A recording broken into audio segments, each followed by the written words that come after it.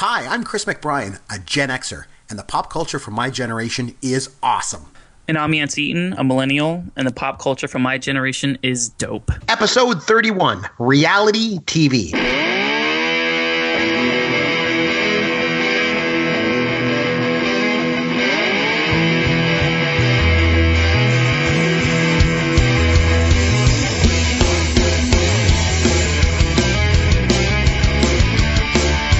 I'm Chris McBrien, and that is Yancey Eaton, and this is Pop Goes Your World. Yancey, what's going on in Florida tonight, my friend? We got lots to get to. Got a guest this week, changing things up again, but what's going on? Not a whole lot. I'm off this weekend. It's my brother's birthday. I'm watching the World Baseball Classic, and I don't know. I'm excited to talk to Justin. He's like one of like the original gangsters of like our little like pantheon of like podcasters and stuff. Like one of the good dudes in all of I guess you could say podcasting, because he does like 16 podcasts a week. But I'm excited to have him on. Why don't you bring him in? Yeah, of course. Justin Mason is our guest. Justin, you probably know, he's the host of Friends with Fantasy Benefits podcast. You'll find him at friendswithfantasybenefits.com. Of course, the podcast is available on iTunes and Google Play and Stitcher Radio and all those places. And you'll find him on Twitter at Justin Mason, FWFB. Justin, welcome to the show, my friend. I am so excited to be here. This is like my favorite non-sports related podcast that I have on my phone. I listen to it the moment you guys release it every week. I'm just so ecstatic to be here. And now you're a part of things. I know. This is amazing. So we're going to be talking about reality TV shows, and this is a topic actually Justin and I were talking about. We were saying, hey man, we got to get you on the podcast sometime. And I was like, yeah, man, what do you want to talk about? He's like, how about if we did reality TV shows? I'm like, dude, you're in. Let's go. So are you guys ready to hit it? Definitely. Yeah, okay, let's do it. Here we go. All right, let's go.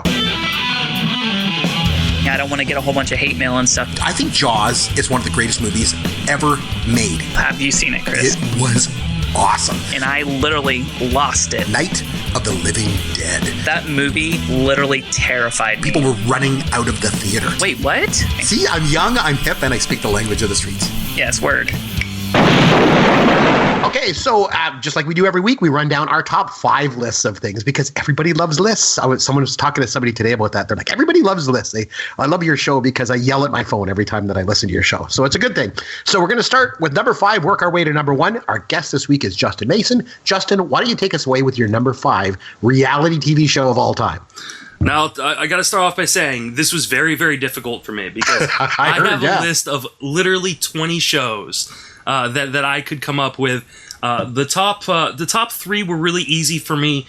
4 slid in there, and 5, literally about 5 minutes before you called me, I was changing my number 5. I eventually went with a show called Survivor Man.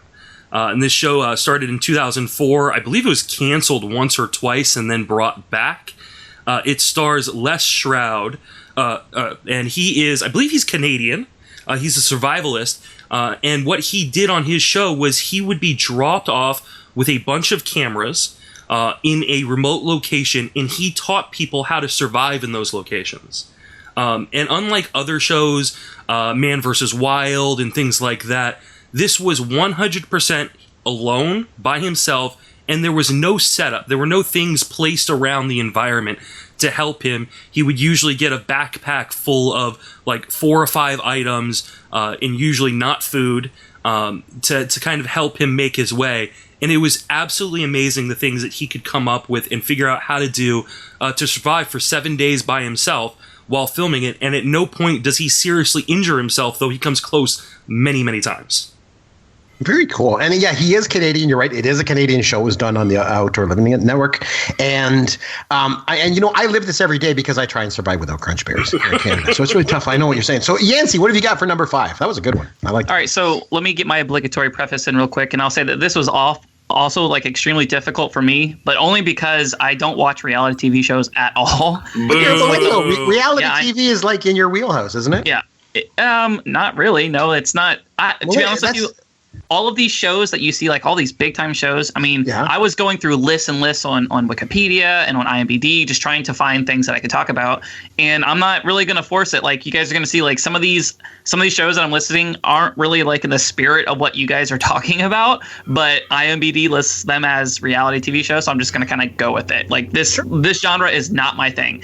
But so let me go ahead and get number 5 out of the way.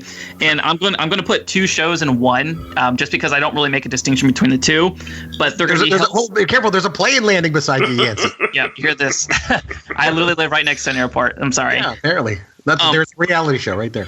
Yeah. So number 5 for me is going to be Hell's Kitchen and kind of Kitchen Nightmares, both Gordon Ramsay shows, kind of like bunched together.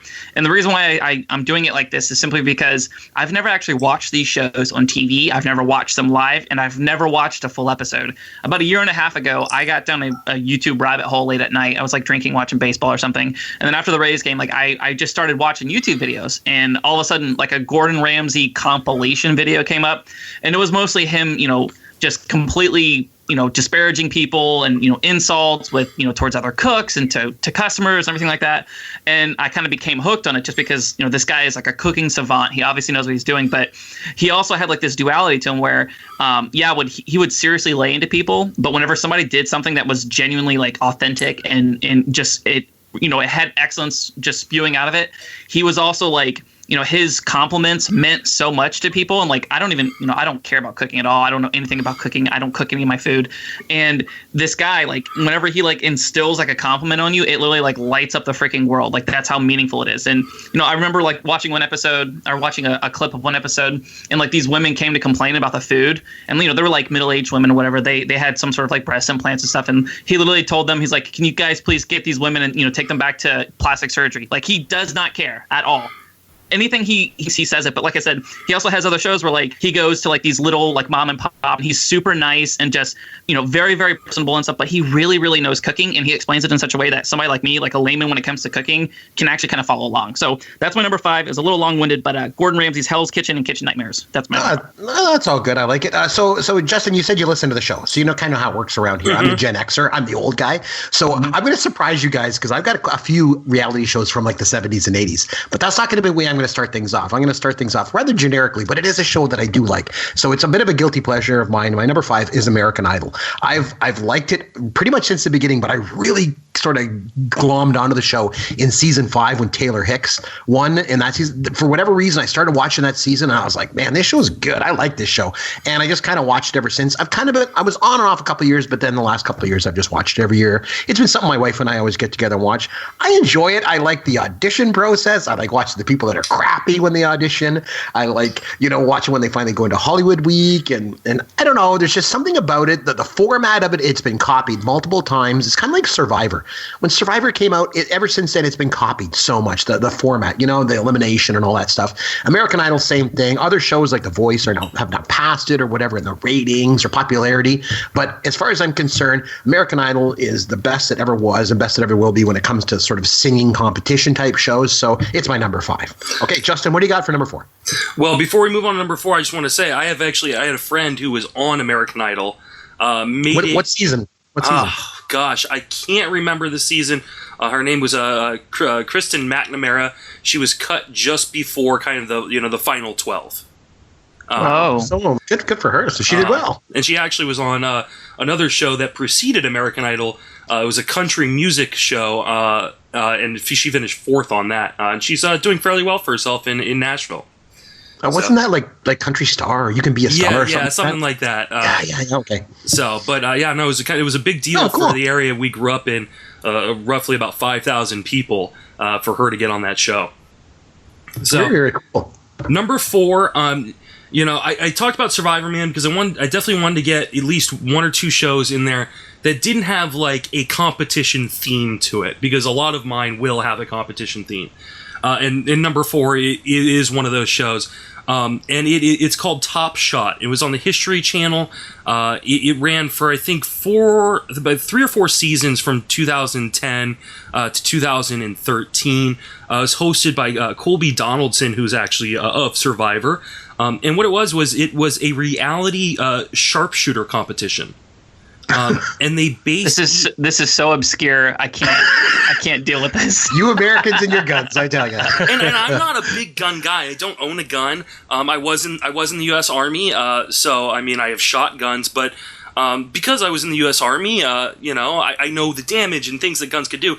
But from a historical context, they fire all sorts of different types of weapons, even use things like tomahawks and slingshots.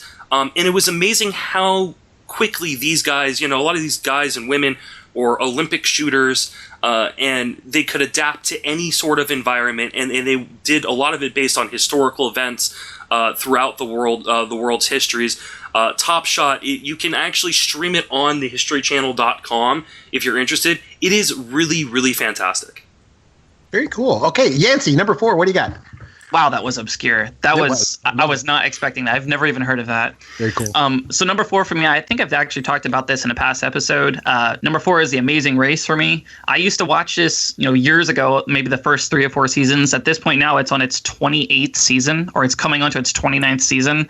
It's just a fantastic reality competition. I mean, you go around the world, you go to all these different checkpoints, and it actually rewards real skill. If you're good with directions, if you're good with people, if you're good with just negotiation. And just thinking quickly and all that stuff. I've said this before. I think my wife and I would just be absolutely fantastic on this show. Maybe someday, if on season 50 or something, we'll go on it. It's just a really neat show. It's another Jerry Bruckheimer, Survivor type show or whatever. It's just on a different network. 330 episodes in, I've probably only seen maybe 40 or 50 episodes. But even though I don't no longer watch it, it still has this kind of cool place in my heart. So that's my number 4 is The Amazing Race. Okay, here's something that I don't like when it comes to reality shows. Okay, so I'm a Gen Xer, so I'm old school. But my thing is that TV seasons always represent the number of years that they're on the air. It's just kind of a thing, right? Mm-hmm. Cheers was on the air for 9 seasons or 10 seasons, whatever it was, and that's what you say. But now these reality shows that do 2 times a year, so it's season 28. No, man, you started in 2002. Okay, don't give me season 28 crap. I don't know. It just sticks in my craw. Okay. Or the number of episodes are different. Like a season sometimes is 6 episodes for some shows. You know what I mean? Exactly. What's 6 episodes? That's not a season. In the old days where I come from, 24 episodes minimum was a season. But anyway, okay, my number 4. I'm going back to the 70s and 80s, guys. Yes, they had reality shows back then too, and this one was from 79 to 1984. It was called Real People. Okay, so this is a show. They had a bunch of hosts, and they did these segments about real people, from all across the USA. And some of the hosts were there was Skip Stevenson and Sarah Purcell, and there was John Barber. I remember he went on to do the Liars Club up here in Canada, and Bill Rafferty, who did game shows like Blockbusters, and there was Byron Allen and Fred Willard. Anyway, like I say, it ran from 79 to 84, and the hosts were on a sound stage in front of a studio audience, and then they'd throw it to these video segments they did from all over the country. It sounds crazy, but let me tell you, this was one popular show when it was on the air. I used to watch it every week. So did lots of people. So that's why it makes my list. That's number 4. Number 3, Justin, take us away. All right, number 3. This is another one, or this is one that it's not a reality competition show. But it is near and dear to my heart. If you've ever read anything I've written or listened to my podcast, I've been very open and honest about the fact that I'm a recovering alcoholic and a recovering drug addict. And so the show Intervention has always hit kind of a interesting spot in my heart. It's a show that typically follows 2 different alcoholic and addicts in their kind of day-to-day affairs, and talks about their background, then talks about then shows what they're doing on a day-to-day basis, talks to their family and what's happening with them. And then at the end of the show, it culminates in an intervention, and then they go off to treatment, and they tell you later how the person did.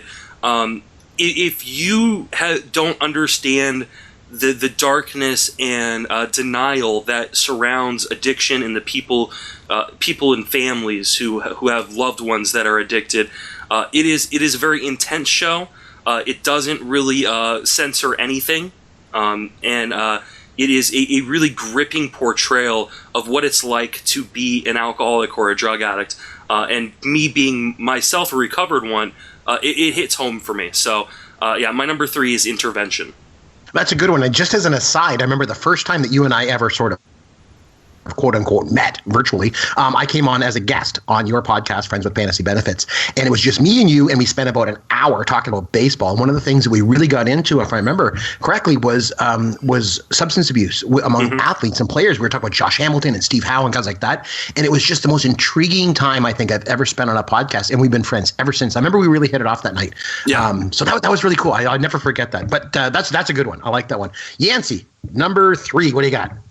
Justin also didn't mention, just as an aside, he's also a certified addiction specialist, which I think is pretty cool too. Yes. So you didn't mention that. I just wanted to throw that out there too. So what number are we on? Number 3? Oh, you guys are going to love this or hate this. I don't know. This show has been on the air for 21 seasons, and they have recorded over Now, is it 21 seasons or 21 reality seasons? So has it been 21 seasons? Okay. Okay. Some of you may not consider this to actually be a reality TV show, as another plane. There's another plane coming. Sorry, guys. All right. But anyways, 21 seasons and over 5,400 episodes, okay?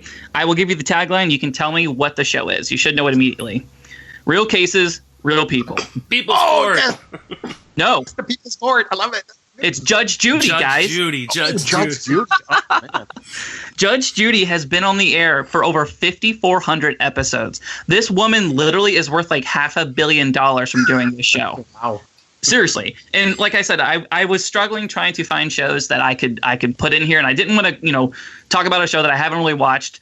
Man, every time I'd come home after school, Judge Judy would be on, and my mom loved this. One thing my mom and I have in common is like we love like hearing like other people's business, and I don't know, maybe that's like something you shouldn't say, but like I like the fact that like these people agree to go on. It's all small claims court too, right? So it's all less than $5,000, and these people will literally fly out to wherever she records, and they'll sign a waiver saying that like they agree to whatever outcome that she says, and she just has like such a fiery temper, and she almost like distorts like the legal system. Like if she doesn't like somebody, she will literally like bend rules to like really stick it to them in the shows. And I just love that about her. True story. My grandfather, he used to be a security guard at the community that she lived in Naples. And he literally said like it was the largest mansion she has ever seen. What does this have to do with the show? Nothing. I'm just saying, like, this woman is so incredibly successful. I mean, she was nominated for a Daytime Emmy Award for 14 consecutive years, and she has never won, which is just absolutely obscene to me. But she's like a television staple. She's basically like TV royalty. And like I said, I don't think anybody would really consider it to be reality TV, but it's as real as it gets. It's real cases. It's real people. It's Judge Judy. I just love it. That's my number 3. There you go. Perfect. Okay, my number 3, again, I'm a Gen Xer, man. I'm bringing the goods tonight. The Battle of the Network Stars. Okay, so it started in 1976, and they would run 2 a year. So I guess kind of like today's, like they ran 2 a season. I feel like a hypocrite now. My show was 2 a year with it. Whatever. Anyway, so they would do one in the spring and one in the fall. And what they do is they would pit 3 teams, one from each network. Because back then, Yancey, they only had 3 networks on TV, right? So there was like NBC, CBS, ABC, and ABC was the network that hosted the show. And so the teams would compete in all these like different sort of track and field events. And then the one team that had the lowest score, they'd get eliminated. And then the other 2 would have a tug of war to see who the winner would be. Like, to give you an idea, you guys already know who these people are. But to give you an idea, they had a team, like there'd be like a team captain, and it would be like Gabe Kaplan, right? From Welcome Back, Kotter. And then there'd be like Linda Carter and Richard Hatch and like Ron Howard and like Penny Marshall would be on the team. And the top of the show, I think it might have been Lorne Green. And he would do this voiceover, and it was like, the Warriors came not by horse but by limousine, and they were lusting for victory in the Battle of the Network Stars. And it was just, and Howard Cosell, you guys know Howard Cosell, he'd host the show, and he'd be like, and now we head to the pool where we've got a 4-lap race. In lane 1 from Charlie's Angels, it's Farrah Fawcett Majors. And in lane 2, Wonder Woman herself, Linda Carter. And they would like race in the pool and see who would win. And I think it ran all the way until like into the 80s. And now I've actually heard that they're talking about rebooting it. So I'm, like everything else they reboot, it'll probably suck. But the thing was, nowadays, if they rebooted it, they'd probably use like really athletic actors in the events. But one of the things that made it so good back in the 70s was the fact that the actors weren't very athletic. Like, think about it. Like, there's like, you go over to the obstacle course and it's like Jimmy Walker from Good Times pitted against like Kojak, Telly Savalas. It was awesome, guys. Trust me, that's my number 3. So Justin, number 2, what do you got? I'm looking this really existed. I'm looking at the cast for this show, and it what I mean? Absolutely fantastic. It's I have a question really quick, Chris. Sure, yeah. So like you're talking about this and like you're naming like big time actors and actresses that went on the show. Like when you first started describing it, like I'm trained to think of like as soon as you said that I was like this sounds like Hollywood Squares, where like every single episode is like Bruce Vilanch and Caroline Rhea. Like they're not really stars; they're like C and D list celebrities. No, but the ones this was like real. Fawcett was on this. Yeah, well, yeah, and the thing was back then was like these actors would be like they would have contracts with the network, right? So the network would part of their contract was, hey man, you got to go and do these promotional things and helps promote your show. It helps promote the network, and they would go and do these kind of shows.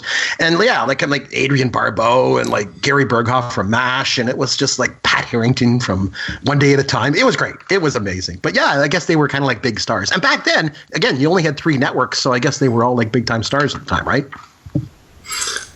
Oh man! All right. Anyway, okay. So number 2, what do you got? My number 2. Okay, so some of reality, actually the majority of reality TV is what we would call trash and garbage. And this show definitely fits that genre of reality TV. It is the Challenge, also known as the Real World Road Rules Challenge, but because they don't really have those shows running the way they used to, is now just called the Challenge. It originally started on a season of Real World and Road Rules, where they pitted the members of each show against each other, and it was so popular they eventually turned it into their own show, and it's virtually like Survivor with a bunch of drunk 20, 30-year-old somethings. It is fantastic. It has completely devolved season after season, but it is definitely a guilty pleasure of mine that I really, really enjoy watching with my wife. So my number 2 is The Challenge. Very cool. Yancey, what do you got for number 2 for us? Justin, what do they actually do as far as the challenges? Like, I don't understand. They do. I mean, it's very, very similar to Survivor. It's actually, I believe, produced by Mark Burnett. They do the same type of challenges. It's like physical stuff? Yeah, like they're physical, mental challenges. And then at the end of virtually at the end of almost every episode, they will have some sort of duel where competitors will go against each other, and the loser of that duel will be out of the show. And then whoever wins the final challenge gets a big chunk of money, upwards of $200,000. All right, fair enough. My wife actually mentioned this. I was trying to think of brainstorm shows and stuff that I had seen, and she mentioned this as one that she used to watch. She used to watch all those MTV shows and stuff, and I had never heard of it. But there you go. Maybe my wife and you are more compatible than she and I are. All right. Anyways, so my number 2 is this show actually just went off the air, I think last year or maybe earlier this year, and it's Mythbusters. A lot of people wouldn't consider this to be reality TV, but again, I really had to think hard about this. IMDb lists it as a reality TV show, so I'm going to roll with it. Jamie Hyneman and Adam Savage, they were the 2 main guys for years and years. 2 of probably my favorite people in the entire world. Adam Savage still does a podcast called Still Entitled. It's one of my favorite non-baseball podcasts of all time. Absolutely love it. And you guys obviously know what the premise is. It's basically using science and technology and jerry rigging things to dispel myths about things that people think to be true. I remember one of my favorite episodes was the most simple ones where they would all eat hot chili, and then they would do all kinds of household remedies that through generations, whatever people would say that it would work. Doing things putting toothpaste in your mouth after you eat spicy foods, or petroleum jelly. Really stupid stuff like that, or trying to beat guard dogs. They would literally try to, use steaks and hot dogs and other things like that to trick guard dogs into not, doing their job and letting them, sneak into a building or something like that. It was always super stupid. And as the show went on, obviously the myths that they had to bust became more and more esoteric. But that was kind of the whole point of the show is how could they continuously make this show interesting and add new elements to it? About halfway through the show, they added on, more characters like Grant, who was one of my personal favorites, Carrie Byron, who one of the most beautiful women in the entire world. Yep. I love her to death. Please, I hope my wife doesn't listen to this episode. But anyways, but it was just the coolest show. And I'm a science nerd. I love science almost as much as I love baseball and my family. But it was just a cool show, and I was sad to see it go. So Mythbusters is my number 2. Oh, that's a good one. I remember they did one where they were trying to dispel myths of different movies, and they did Jaws. Mm-hmm. There they're wondering like if they shot a bullet into the CO2 tank, would it explode and blow the shark apart and all that. It was pretty cool. That was a good show. I like that. Okay, my number 2. I just wanted to, real quick on Mythbusters. It almost made my list. It was my last cut. So you do consider it reality TV then? I honestly thought you guys would clown me on something like that. I don't know if I really would consider reality TV. I think it's more of a documentary, but it's like a science show. Right? It definitely, and that was the final reason I didn't put it in. They film it in Alameda, which is in my backyard pretty much, and I've gotten to meet both the guys. Adam is a really, really cool guy. Jamie's a little eccentric. But if you like that show, Cary Grant and Tori have a spin-off kind of show. It's a little bit different, but in the same kind of vein on Netflix. It's called The White Rabbit Project, and it's pretty good. I actually did not know that, but thank you. Very cool. Okay, so my number 2, like I mentioned, I'm a Gen Xer. I like old stuff, but here's what I'm going to come a little bit, more into more like modern times. This one was from 2004. I mentioned before I like American Idol. So they did a show. You guys probably never heard of this, but it was called Superstar USA.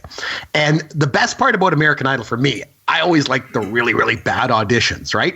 And so if you like the bad auditions, you would have loved Superstar USA because that's what it was all about. So instead of trying to find the best undiscovered singer in America, this show decided it would go looking for the worst singer in America.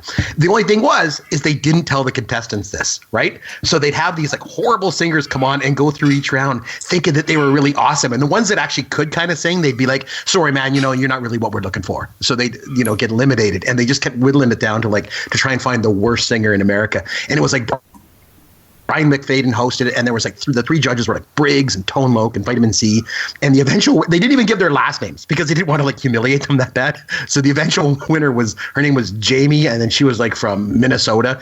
And I thought they really blew it because if anyone out there that's listening, if you saw the show, you know as well as I do, Mario was the Superstar USA. I mean, guys, I tell you what, if you haven't had the chance to see this, go look for it on YouTube. It's an amazing show. So that's my number 2. On to our number 1. Justin, take us away. Well, if you follow my work, this is not going to be a surprise for you. And I know, Yancey, you hate this show. But my number 1 is Survivor. It debuted in 2000. It really kind of set the kind of reality TV show on fire when it came out. There have been a lot of spin-offs, including The Challenge, which is virtually like the same kind of platform.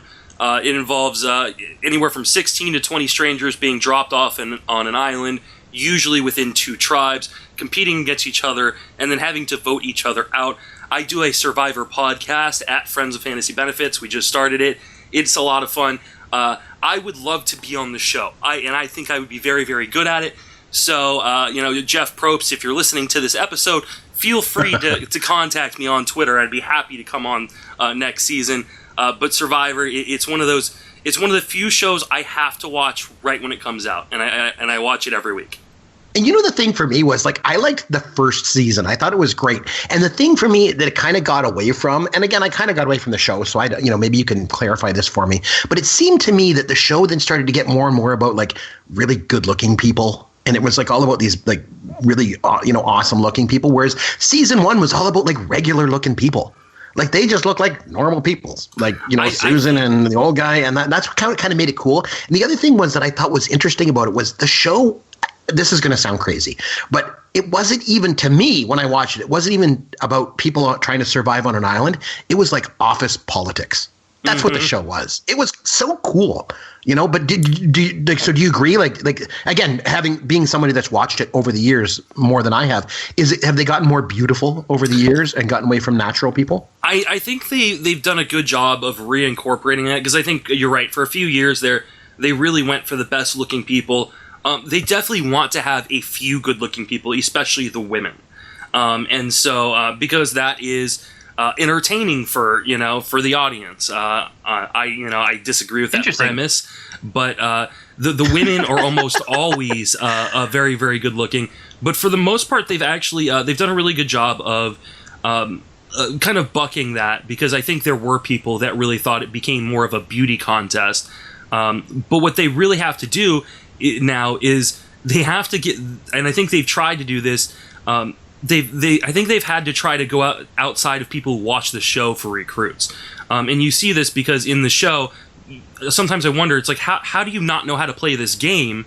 Because it's been on for so long, haven't you? But I think they go in now and recruit people who haven't watched the show just to have some people who aren't just like devious and have a clue what they're doing.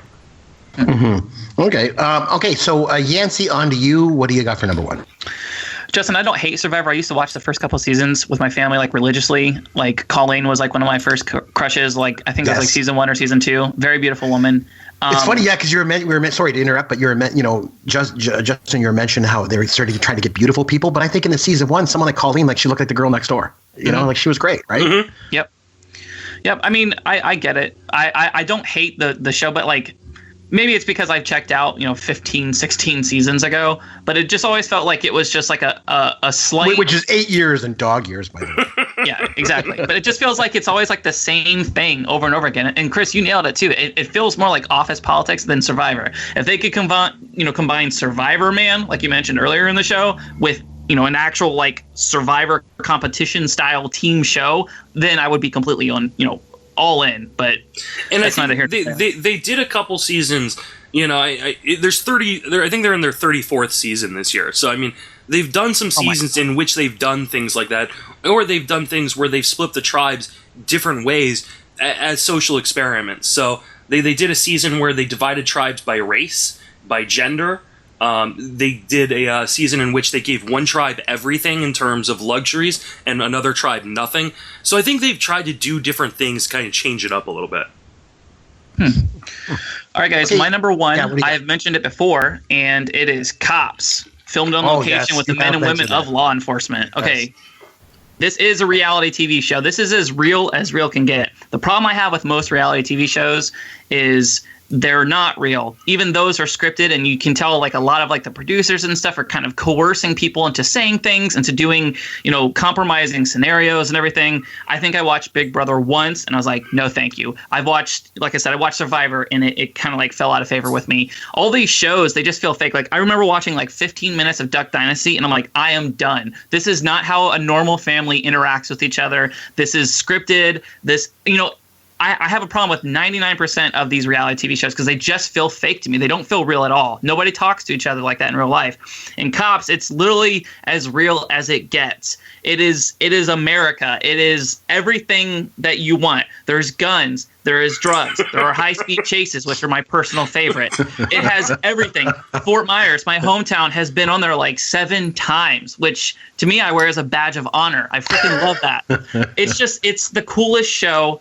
I mean, it has the coolest theme song. Everybody's watched it. I mean, Bad Boys is just like, I don't know, man. Cops it's so American, and I don't think it's ever really got like the fanfare that I think it deserves. Like, I would love to see them kind of like revamp it and bring it back and make it, like Chris, we always talk about how like, whenever you were watching TV as a kid and, growing up, there were only 3 or 4 stations. I miss the days whenever not a lot of people had cable and you only had 4 or 5 channels to choose from. And, if you didn't have cable, you were watching Cops on Friday or Saturday night, and everybody watched Cops. I would go to school and we would be talking about high-speed chases and stuff. I miss that collective, like we all like indulge in like people's crime together. So Cops is my number one. It's a greatest show, man. It really is. I freaking love Cops. Nice. I like it. Okay. So as I mentioned, I'm the Gen Xer. I'm going with old stuff. This show started back in the 50s and it was popular right through the 70s, and that was Candid Camera. So for guys, if you guys probably don't know this show at all, but what it was Alan Funt hosted this show, and he basically go around and like prank people, and he recorded all on a quote unquote candid camera, right? That's the name. But unlike some of the copycat shows that have come since, like Totally Hidden Video, which to me was kind of mean spirited at times and did some pretty mean gags, Candid Camera was always like fun, clean. It was good, clean family fun. And I used to like it when like Fanny Flagg would be on it and she'd help Funt do the stunts because it actually got to the point where people started to recognize Alan Funt, and it was harder and harder for him to pull off the gags, right? So he'd bring on like I say, Fanny Flagg and Joanne Flugg and Betsy Palmer, who you probably know from she was Mrs. Voorhees in the original Friday the 13th. But Candid Camera was a great show. It was something, like I say, the whole family could watch. So like an example of something they might do, to give you an idea. Like I remember this one episode, they took a car and they took the motor out of the car. And then someone got behind the wheel. This woman got behind the wheel, and then they like pushed the car down a hill. And then she was working the brake, and she slowly turned it into a garage. And then she had the mechanic come out and take a look under the hood. And then there's no motor, and he's like, his reaction is like he's freaking out. And it was just like all harmless stuff, but it was a great show. So that was my number one. That was Candid Camera. So again, going back a long ways, but that was awesome, guys. So hey, are you guys ready now? Justin, your first time having some fun with Yancey. So here we go. Every week I ask some questions of Yancey and we try and put him on the spot. I like to mess with the millennial. But Justin, if you like, what I'll do is you and Yancey can team up this week. How's that? That sounds fair. You guys are combined. Out of curiosity, Justin, because I don't think I know this. What year were you born? I was born in 1984. So okay, I'm just a few years older than Yancey, but I feel like I'm stuck between generations. Yeah, to be fair though, you look a lot older than I do. Thank you, I do. He means that in the nicest way. Yeah, that's said with right there. Okay, so you guys are going to be a team. Okay, here we go. Dancing with the Stars, guys. And one of the funny things about Dancing with the Stars is that the show features neither dancing nor stars. So, but regardless, every year a quote-unquote star wins the competition, right? So the show premiered back in the summer of 2005. Gentlemen, can you tell me the winner of the very first season of Dancing with the Stars? Oh, the very first. I hope you got something, Justin, because I have no idea. You know, my mother-in-law watched this show, and my wife watched it when it was first on. I'm going to say Jerry Rice, even though I know he won a different season. No, it's Kelly Monaco. I have no idea. I have no idea. I think she wasn't she in like Playboy or something, or soap operas or something. I don't know. Again, Dancing with the Stars. No stars. Okay, so there we go. Okay, so Ozzy, on his eponymous show, The Osbournes, who visited the family on the final episode of the show? Oh, I have no idea. And see, no. He's right from your generation, like a talk show guy that would come and Dr. Phil. Dr. Phil. There you go. What? That was totally a guess, but yes. Okay, so this was widely considered to be one of the worst reality TV shows of all time. And this show, it only ran in 2004. And it featured women that they would bring into the show, and they would transform the women through plastic surgery. Gentlemen, can you name the show? It was Extreme Makeover? No. It was no. Oh my gosh. One of the women actually from the show just died, so that's the only reason I can kind of remember this. Oh, this got dark. Yeah. Oh God, it was. Was it the Swan? Oh, you got it! Congratulations. Yes, it was. Justin, wow! Look at that recall. That's amazing. I guess the idea they take an ugly duckling and make her into a swan. It was absolutely horrible. Atrocious premise. God, I hate that show. Okay, all right. So the entrepreneurial show Shark Tank. You guys know that. It's an American TV show, right? It allows entrepreneurs the opportunity to come on. They do the pitch in front of a panel of sharks, right? And then they try to secure investment in their startup business ideas. Now, as far as I'm concerned, that's about as American as you can get, in terms of a show, right? But actually, the show is a spinoff of a Canadian show, believe it or not. Justin, Yancey, can you name the Canadian TV show that spawned Shark Tank? I have no idea, so I'm going to think that I'm going to make a wild guess here and say that instead of Shark Tank, it is Moose Tank. Very good. No, close. It's called Dragon's Den. Yeah, no, and actually, I think the Canadian show is even based on a Japanese show. So, everyone just steals this idea. But Kevin O'Leary and Robert Herjavec are both Canadian, and they're both on Dragon's Den before they were sharks. Yeah, so. O'Leary's running for prime minister, isn't he? He's running for leadership of the Progressive Conservative Party. But guys, we'll just put it at that. True story. I've actually met Kevin O'Leary in person, and he was very mean. Yeah, sorry about that, Nancy. I apologize on behalf of all Canadians for that. Okay, our last one. Justin, you mentioned you do a fantasy show on Survivor. Okay, and it was the number one show on your list. So you're going to nail this one, okay? I should. Back in the summer of 2000. Oh, we go back in time. Remember that Survivor debuted, right? And of course, you know, we mentioned the show is about surviving elimination every week. You make it to the very end so that you can win a prize of $1 million. And the very first winner ever was Richard Hatch. And I should point out to the Gen Xers out there, this is not the Richard Hatch from Battlestar Galactica of the 70s. No. But anyway, so this Richard Hatch won the $1 million, but unfortunately, he found himself, he wound up in jail. Gentlemen, can you tell me, what crime did Richard Hatch commit in order to land in jail? Child abuse. No, I know the answer, but I want to see if Yancey does. No. I thought he got in trouble as another plane flies over my head. What? It's like 10 o'clock at night. Yancey, whereabouts do you live? Don't you live in like Fort Myers? There's no airports in Fort Myers. It's like you live in airports in Fort Myers. Okay, you're the one who lives in the middle of the freaking tundra. Okay, I live in like an established American city. we have acres of pemmican. I'm gonna hold on. I gotta get I'm chewing on some pemmican as we speak. So anyway, guys, what did Richard Hatch do to wind up in jail? Do you know? I'm not saying this to be stupid. Sorry to cut you off, Justin, but I remember he got in trouble because like he came back from the show and his son gained like a ton of weight. I guess his son had weight problems, and he was like mashing his head in, making him do pushes. And didn't he get in trouble for that? Yeah, so his son gained weight, so he went to jail. Is that a crime in America? I tell you, you guys are screwed. Justin, you want to help me out? Yeah, he did not pay taxes on his $1 million, and he was sentenced to a year in prison for tax evasion. He pulled a Wesley Snipes. So the guy wins $1 million on the #1 show in America and decides, I'm not going to claim it on my taxes. Who would possibly know that I won this? What a stupid freaking idiot that guy is. He deserves to go to jail, I tell you. Anyway, Justin, thanks a lot for joining us this week. You did great on the trivia. You did great on the show. I hope you had a good time. You want to just remind everybody where they can find you and all the things you got going on in your world? Yeah, you can reach me on Twitter at Justin Mason, FWFB. Check out my site, friendsoffantasybenefits.com. We cover mostly fantasy sports, but we're branching out into Survivor. Me and Eli Rosenzweig have a Survivor podcast. We record it typically once a week. We've done 3 episodes so far. So definitely go check that out. Very good. And you'll find me on Twitter at CMcBrien and Yancey, of course, at Yancey Eaton. You can always reach us on email, Chris or Yancey at popgoesyourworld.com. Yancey, on behalf of you and on behalf of Justin and myself, I want to say thank you, everybody, for listening to Pop Goes Your World, the pop culture podcast for the generations. Thank you for listening to the Pop Goes Your World podcast. Continue the conversation on Twitter at CMcBrien or at Yancey Eaton. Please consider leaving a review for the podcast on iTunes or wherever you download and listen to the show.